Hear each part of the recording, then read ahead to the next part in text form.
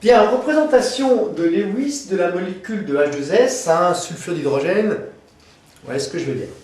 Alors, le sulfure d'hydrogène, pour faire sa représentation de Lewis, il faut commencer par faire la représentation de Lewis du soufre. Et pour faire la représentation de Lewis du soufre, il faut connaître sa formule électronique. 16 protons, donc 16 électrons. K2, on en met 2 sur la première couche d'électrons. Ensuite, L8, 8 au maximum sur sa seconde, et il nous en reste donc 2 plus 8, 6 sur la troisième, M6. M6, ça signifie qu'il y a 6 électrons. En tout, on peut en mettre 8 sur cette couche M, donc on dessine 4 boîtes. Dans chacune de ces boîtes, on va mettre les 6 électrons. On commence par un électron dans chaque boîte. Il nous en reste donc 2. Et on recomplète. Ce qui nous fait 2 doublets d'électrons, qu'on représente par des traits, et 2 électrons, les pauvres, ils sont seuls dans leur boîte. Et quand on est seul dans sa boîte, on est célibataire.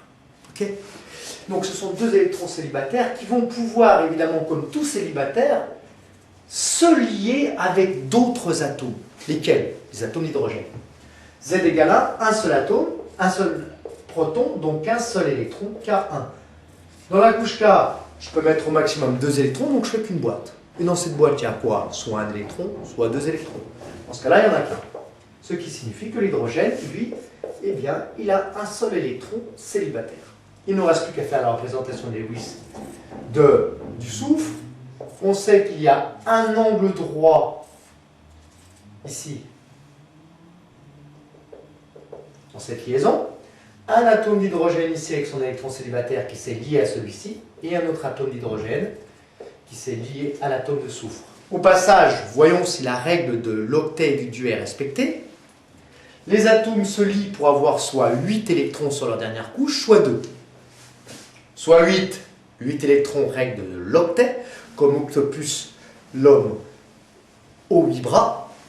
Octet, ça veut dire 8 électrons. 1, 2, 3, 4, 5, 6, les 2 appartiennent à la fois au soufre et à l'hydrogène, 7, 8. Voilà. L'atome de soufre, il s'est lié avec les 2 atomes d'hydrogène pour avoir une relation stable avec son environnement. L'hydrogène, pareil, il a besoin de 2 électrons, règle du duet, 1, 2 pour celui-ci, 1, 2 pour celui-ci.